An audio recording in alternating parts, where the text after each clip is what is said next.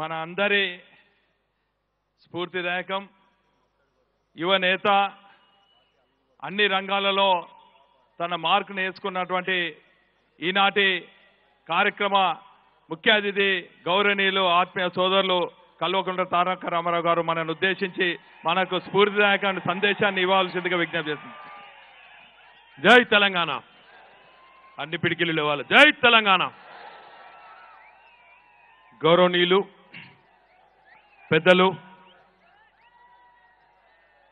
మన ఉమ్మడి వరంగల్ జిల్లాకు స్ఫూర్తిదాయకమైన నాయకత్వం మొన్నటి ప్రభుత్వంలో గౌరవ ఉప ముఖ్యమంత్రిగా అందించిన గౌరవనీయులు పెద్దలు కడియం శ్రీహరి గారు, గౌరవనీయులు పెద్దలు అన్న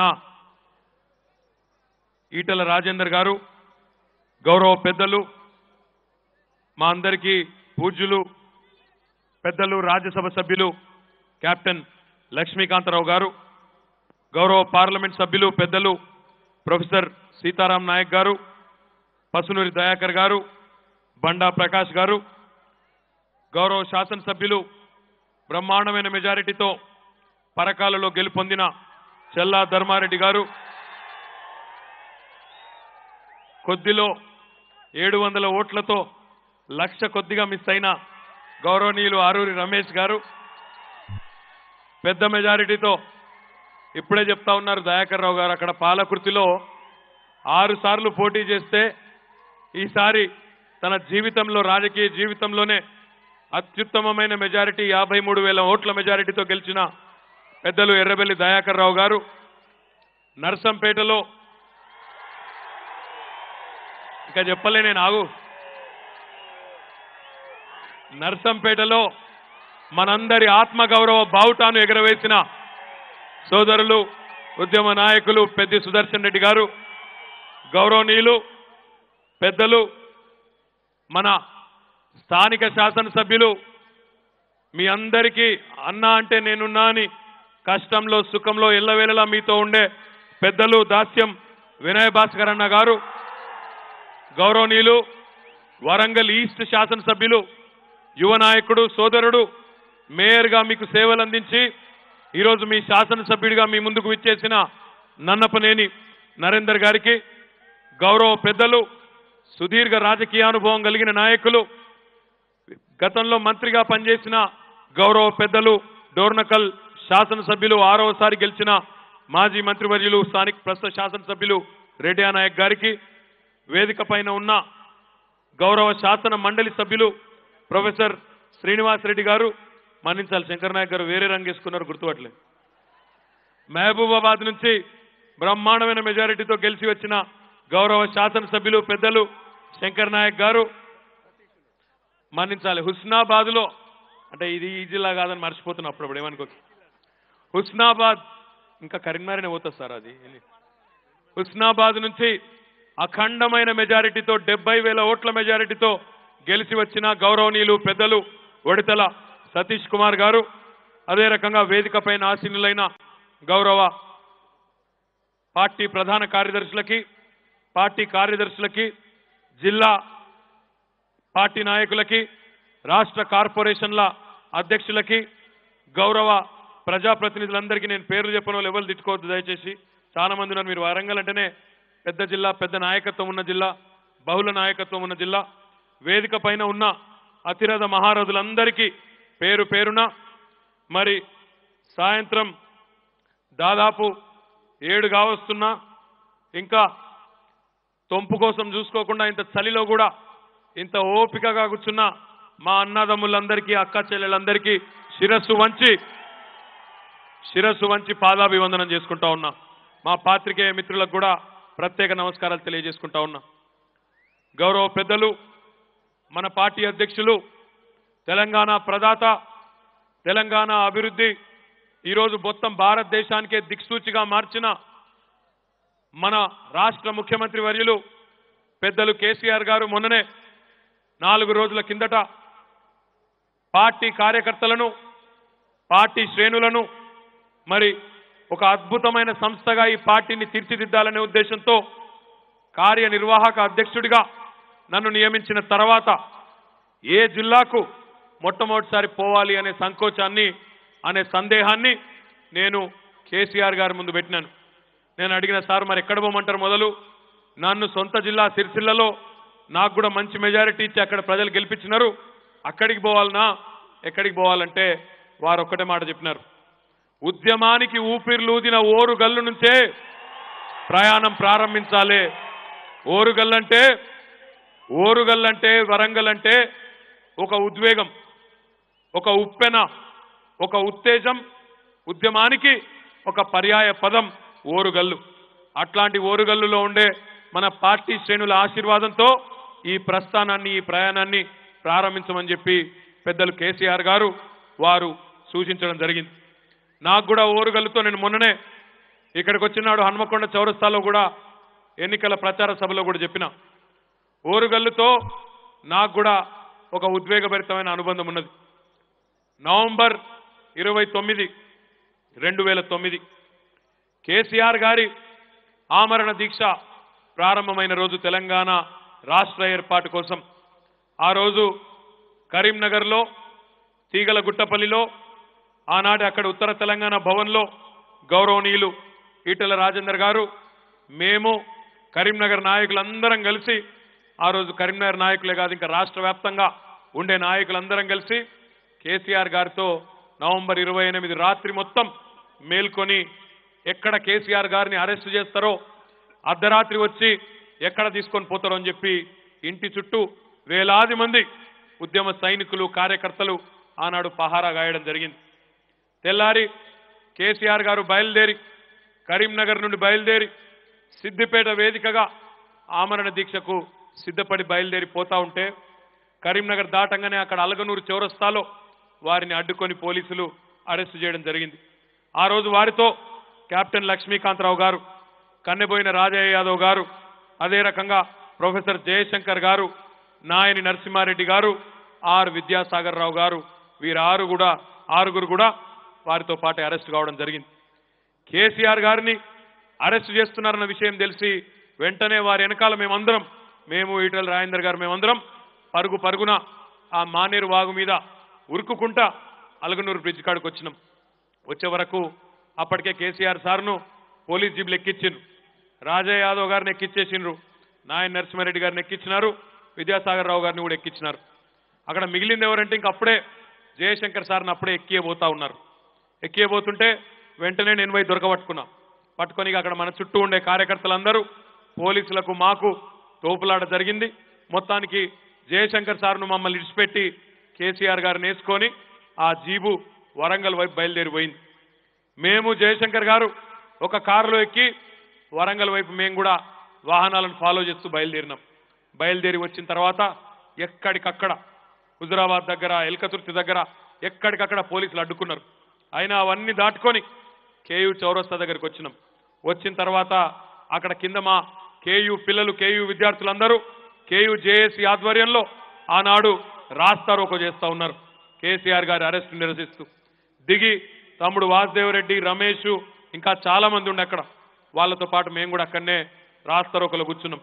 జయశంకర్ సార్ను పంపించేసినాం, అక్కడనే కూర్చుంటే పోలీసులు వచ్చి అరెస్ట్ చేసినారు.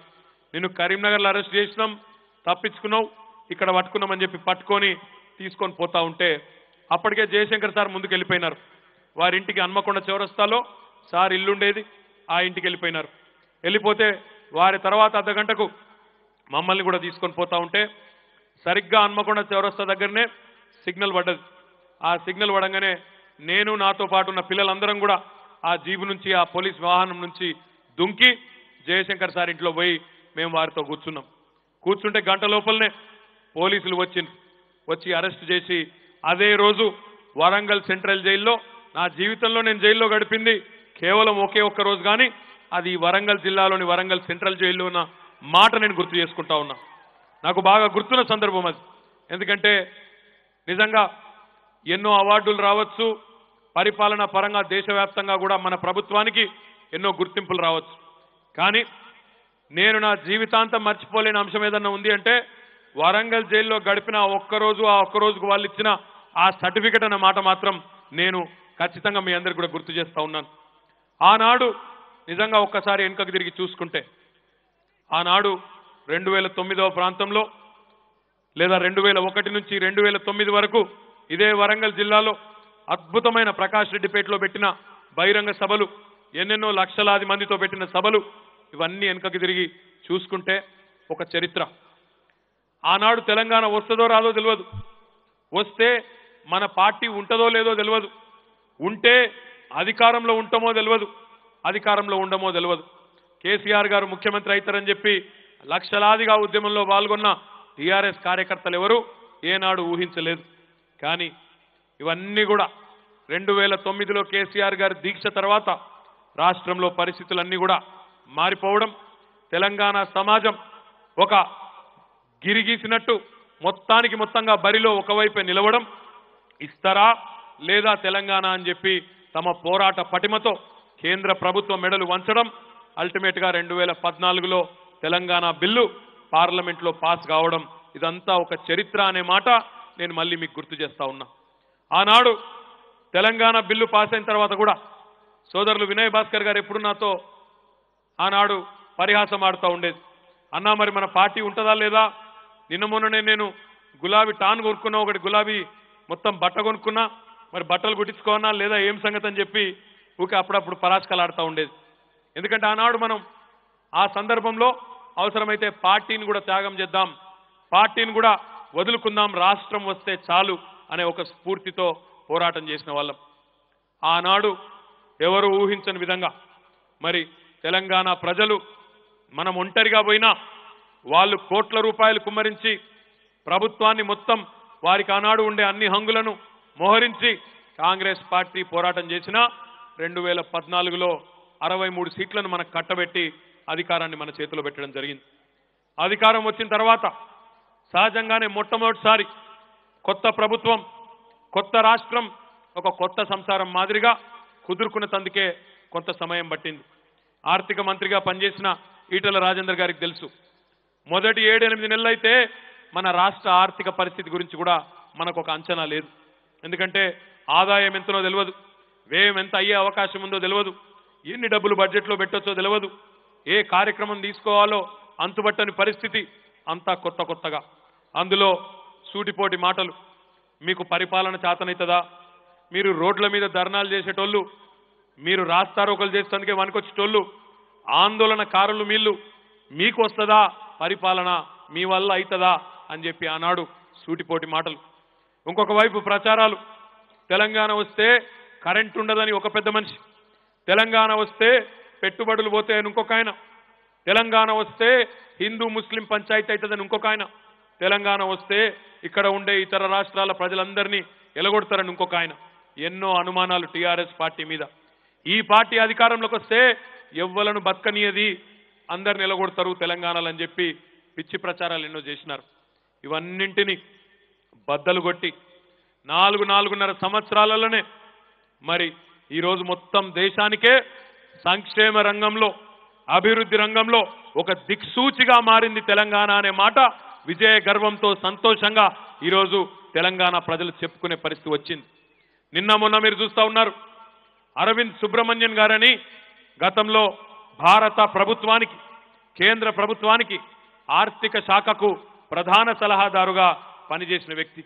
ఆయన చెప్తా ఉన్నాడు, నిన్న మొన్న ఏర్పడిన కొన్ని రాష్ట్రాల్లో, కొత్త ప్రభుత్వాలు కొలువైన కొన్ని రాష్ట్రాల్లో అక్కడ రుణమాఫీ కోసం వాళ్ళు సంతకాలు పెడతా ఉంటే ఈరోజు ప్రముఖ ఆర్థికవేత్తలు, ప్రముఖ వ్యవసాయ శాస్త్రవేత్తలు చెప్తా ఉన్నారు కేంద్ర ప్రభుత్వానికి, అయ్యా రుణమాఫీ మాత్రమే కాదు, తెలంగాణ చేసినట్టు రైతు బంధు కూడా దేశం మొత్తం చేయండి అని చెప్పి ఈరోజు దేశం మొత్తానికే ఆదర్శంగా, దేశం మొత్తానికే దిక్సూచిగా తెలంగాణ ప్రభుత్వ పథకాలు నిలబడతా ఉన్నాయి. అంటే దానికి కేసీఆర్ గారి కార్యదక్షత, సమర్థత, ఆయన పరిపాలన యొక్క గొప్పతనమే కారణమనే మాట కూడా నేను మీకు గుర్తు చేస్తా ఉన్నా. గడిచిన 4-4.5 సంవత్సరాలుగా కొత్త రాష్ట్రం, కొత్తగా ప్రభుత్వ నిర్వహణ, ఇవన్నిటి దృష్ట్యా నిజంగా చెప్పాలంటే పార్టీ మీద ఎక్కువగా మనం దృష్టి పెట్టలేకపోయినాం. అది వాస్తవం. వాస్తవాన్ని వాస్తవాలుగా ఒప్పుకోవాల్సిన అవసరం ఉన్నది. అందుకే ఈసారి మీ ఆశీర్వాదంతో, మీ మీ అందరి ఐకమత్యంతో తెలంగాణ రాష్ట్ర సమితి కార్యకర్తల యొక్క పట్టుదలతో అవతలి వాళ్ళు గుంపులుగా వచ్చిన ఆ ప్రధానమంత్రి నుంచి మొదలు పెడితే అమిత్ షా నుంచి మొదలు పెడితే రాహుల్ గాంధీ 11 మంది కేంద్ర మంత్రులు చంద్రబాబు నాయుడు ఆయనతో పాటు ఇంకొక 5 రాష్ట్రాల ముఖ్యమంత్రులు అందరూ గుంపుగట్టి మన మీద దాడి చేసిన తెలంగాణ రాష్ట్ర సమితి కార్యకర్తల వల్లనే ఈరోజు 88 స్థానాలు మనకు దక్కినాయనే మాట నేను మీకు గుర్తు చేస్తా ఉన్నా. ఎందుకంటే ప్రభుత్వం పనిచేయొచ్చు, మంచి పని చేయొచ్చు. కానీ ఆ చేసిన పనిని ప్రజలకు చెప్పగలిగే నేర్పు, ప్రజలకు చెప్పగలిగే సత్తా, ప్రజలను కన్విన్స్ చేసి వారిని పోలింగ్ బూత్ దాకా తీసుకొచ్చి వాటిని ఓట్ల రూపంలో మలచగలిగే ఒక పట్టుదల కార్యకర్తల్లో ఉంటేనే పార్టీలు గెలుస్తాయి. అందుకే ఈ గెలుపును ఖచ్చితంగా తెలంగాణ రాష్ట్ర సమితి యొక్క లక్షలాది మంది కార్యకర్తలకు వినయపూర్వకంగా మీ అందరికీ కూడా అంకితం చేస్తా ఉన్నా. ఎందుకంటే ఇది మామూలు గెలుపు కాదు. సర్వసాధారణంగా ఒక ప్రభుత్వం కొలువు తీరినప్పుడు, ఒక 4-5 ఏళ్లు పనిచేసినప్పుడు, మళ్ళీ ఎన్నికలకు పోయినప్పుడు రాజకీయ విశ్లేషకులు చెప్తారు 2014లో తెలంగాణ రాష్ట్రంలో ఎన్నికలు జరిగితే 68% మంది ఓటింగ్లో పాల్గొన్నారు, 68% ప్రజలు ఓటింగ్లో పాల్గొన్నారు. ఈసారి 2018లో ఎన్నికలు జరిగితే తెలంగాణ రాష్ట్రంలో 5% ఎక్కువగా, 2014 కంటే 5% ఎక్కువగా, అప్పుడు 68% అయితే ఈసారి 73% ప్రజలు పోలింగ్లో పాల్గొన్నారు. రాజకీయ విశ్లేషకులు దేశవ్యాప్తంగా ఏం విశ్లేషణ చెప్తారంటే ఓటింగ్ పెరిగినప్పుడు, ఎక్కువగా అయినప్పుడు సర్వసాధారణంగా ఏ ప్రభుత్వం అయితే ఆ రాష్ట్రాన్ని నడుపుతా ఉంటుందో ఆ ప్రభుత్వానికి వ్యతిరేకంగానే ప్రజలు వెల్లువలాగా బయటకు వచ్చి వ్యతిరేక ఓటు వేసినారనే వ్యాఖ్యానాలు చేస్తూ ఉంటారు.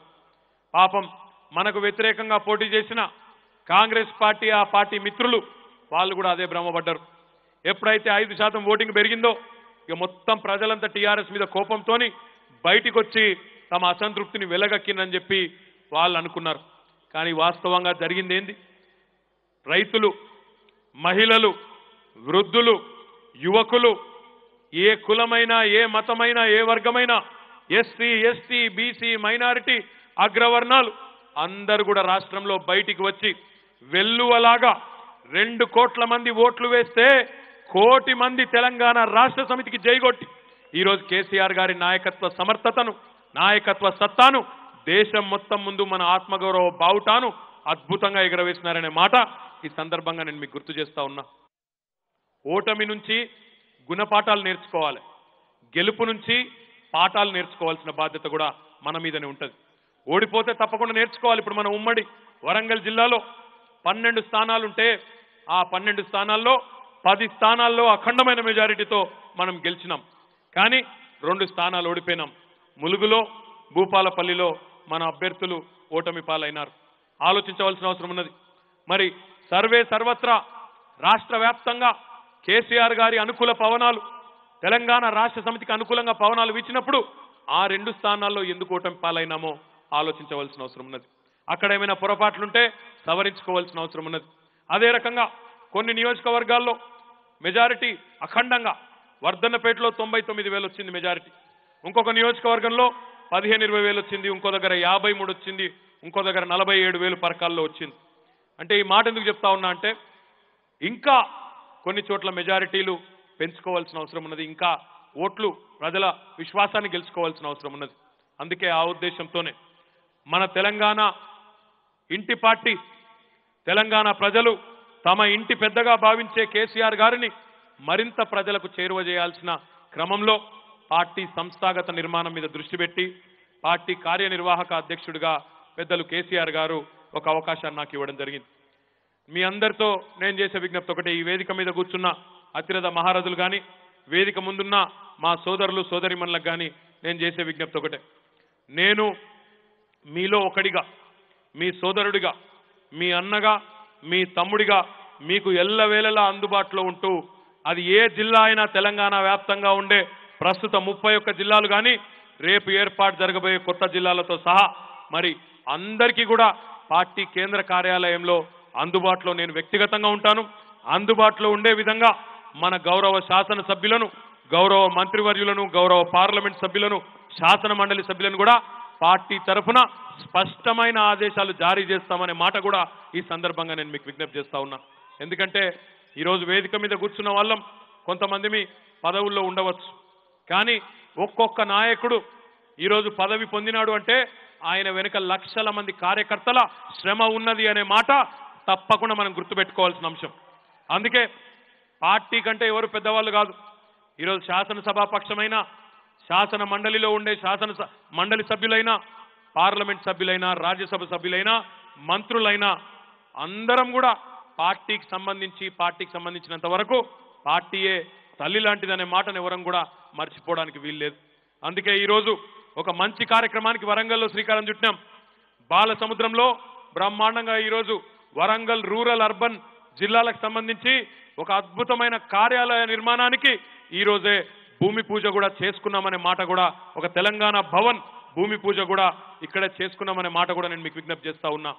ఆ తెలంగాణ భవన్లో మన జిల్లాకు సంబంధించిన ఎమ్మెల్యేలు, మన జిల్లాకు సంబంధించిన మంత్రివర్యులు, మన జిల్లాకు సంబంధించిన శాసన మండలి సభ్యులు, పార్లమెంట్ సభ్యులు అందరూ కూడా వరంగల్లో ఉంటే తప్పకుండా మీకు అందుబాటులో ఉండి మీకు ఏ సమస్య వచ్చినా అధికారుల పరంగా కానీ, పరిపాలనా పరంగా కానీ, వ్యక్తిగతంగా కానీ, రాజకీయంగా కానీ ఏ సమస్య వచ్చినా అక్కడే ఉండి పరిష్కారం చేసే దిశగా ఖచ్చితంగా రోజులో కొద్ది సమయాన్ని అక్కడనే వెచ్చించి కార్యకర్తలకు అందుబాటులో ఉండే విధంగా స్పష్టమైన ఆదేశాలు లిఖితపూర్వకంగా మరి మన పార్టీ ప్రధాన కార్యదర్శుల ద్వారా జారీ చేయడం జరుగుతుందని చెప్పి కూడా ఈ సందర్భంగా నేను మీకు విజ్ఞప్తి చేస్తా ఉన్నా. రాష్ట్ర వ్యాప్తంగా ప్రతి జిల్లా కేంద్రంలో మొత్తం ఇప్పుడున్న 31 జిల్లాల్లో అన్ని జిల్లా కేంద్రాల్లో కూడా ఒక తెలంగాణ భవన్ నిర్మాణం చేస్తాం. రాబోయే 6 నెలల లోపలనే ఈ భవనాల నిర్మాణాన్ని పూర్తి చేసి వాటిలో కార్యకర్తలను సుశిక్షితులైన సైనికులుగా తయారు చేసేదానికి శిక్షణా కార్యక్రమాలు, అనుబంధ సంఘాలను కూడా అద్భుతంగా వారిని కూడా బలోపేతం చేసే దిశగా, కార్మికుల కోసం మనం చేస్తున్న కార్యక్రమాలను బలోపేతం చేసే దిశగా కార్మిక విభాగాన్ని, రైతుల కోసం మనం చేస్తున్న కార్యక్రమాలను బ్రహ్మాండంగా మొత్తం రాష్ట్ర వ్యాప్తంగా చైతన్యవంతులు చేసే దిశగా మన రైతు విభాగాన్ని, అదే రకంగా యువతకు సంబంధించిన కార్యక్రమాలను వారికి చేరవేయడంలో యువజన విభాగాన్ని, విద్యార్థులకు సంబంధించి విద్యార్థి విభాగాన్ని, మహిళా లోకానికి సంబంధించి మహిళా విభాగాన్ని, ఈ రకంగా ప్రతి అనుబంధ సంఘాన్ని కూడా సుదృఢంగా తయారు చేస్తామని చెప్పి కూడా ఈ సందర్భంగా గ్రామ స్థాయి నుంచి, బూత్ స్థాయి నుంచి రాష్ట్ర స్థాయి దాకా పటిష్టమైన నిర్మాణం చేస్తామని చెప్పి కూడా నేను మీకు హామీ ఇస్తా ఉన్నాను.